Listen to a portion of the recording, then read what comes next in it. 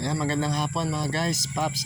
Silipin uli natin yung pinapagawa na sa tropa natin. Ayan. Grabe, mukhang bilis talaga nilang gumawa ng mga tao yata rito. Blessing talaga. Oh. Ayan, mukhang. Ito na siguro yung pinaka magiging flooring o biga siguro ng bahay na to. Ayan.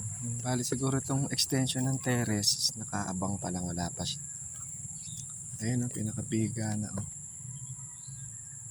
Grabe, mukhang matibay talaga itong mga Pops. Ayan, oh.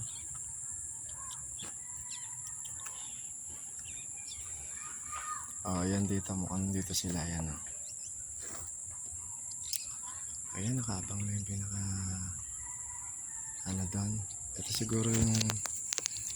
siguro guys, Pops, yung taas ng flooring. Ayan, para kung sakaling ayan, pantay na dun sa kabila. Medyo pag nakalsada na, sakto lang siguro para sa iwas ba siguro matubig din siguro dito sa area na to, sabi ng isang kakilala ko. Ayan guys.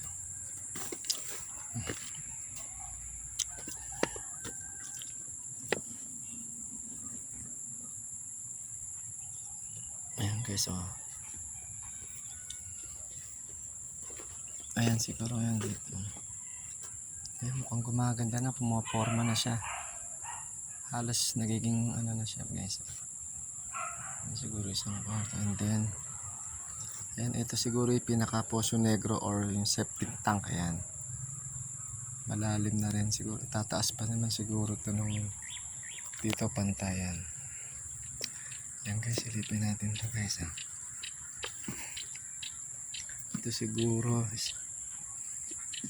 pinaka kwarto sa likod. Ayan, hindi siya galing kalakihan pero sakto lang, siguro mga nasa 2 mahigit to, mga 2.5. Ayan, oh.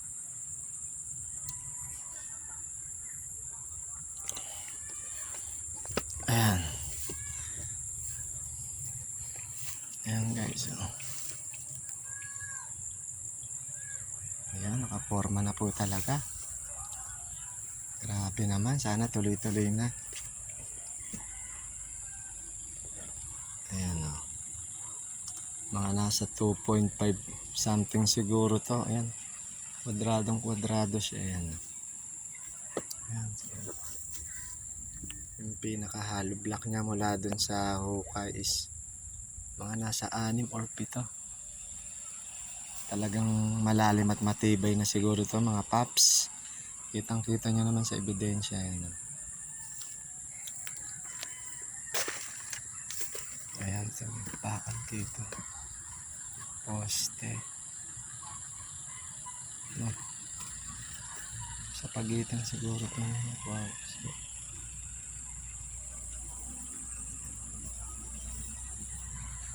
Siguro may tinanong ko kanina dun sa gumagawa, sabi niya ba't kaya ako may kahoy na ganito, pinaka stopper pala dito. Yan, ayan, para pag natigas siya tatanggalin din siguro itong kahoy. Ayan, mukhang parang nasa 60 square mahigit yata ito guys. Mukhang maliit lang pero malalaman dahil ginagawa pala lupa pa lang. Pag na flooring siguro na ano na siguro to guys, lilitaw na talaga yung pinaka posisyon ng pinaka laking bahay. Ayan guys, gawa na yata yung bahay dun sa kabila, oh, yung kapitbahay na sa tropa natin. Ayan guys, oh.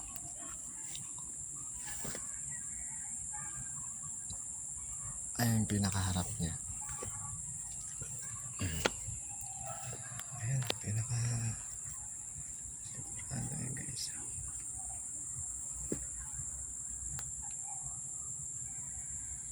And then ayan, yung pinakaharap ng bahay. Dito raw yung kwarto, 3 kwarto, tsaka yung salas dito sa kanan. Ayan, siguro dito yung nasa gitna siguro yung magiging pinto nito. Ayan guys, ito yung mga gamit nila, oh.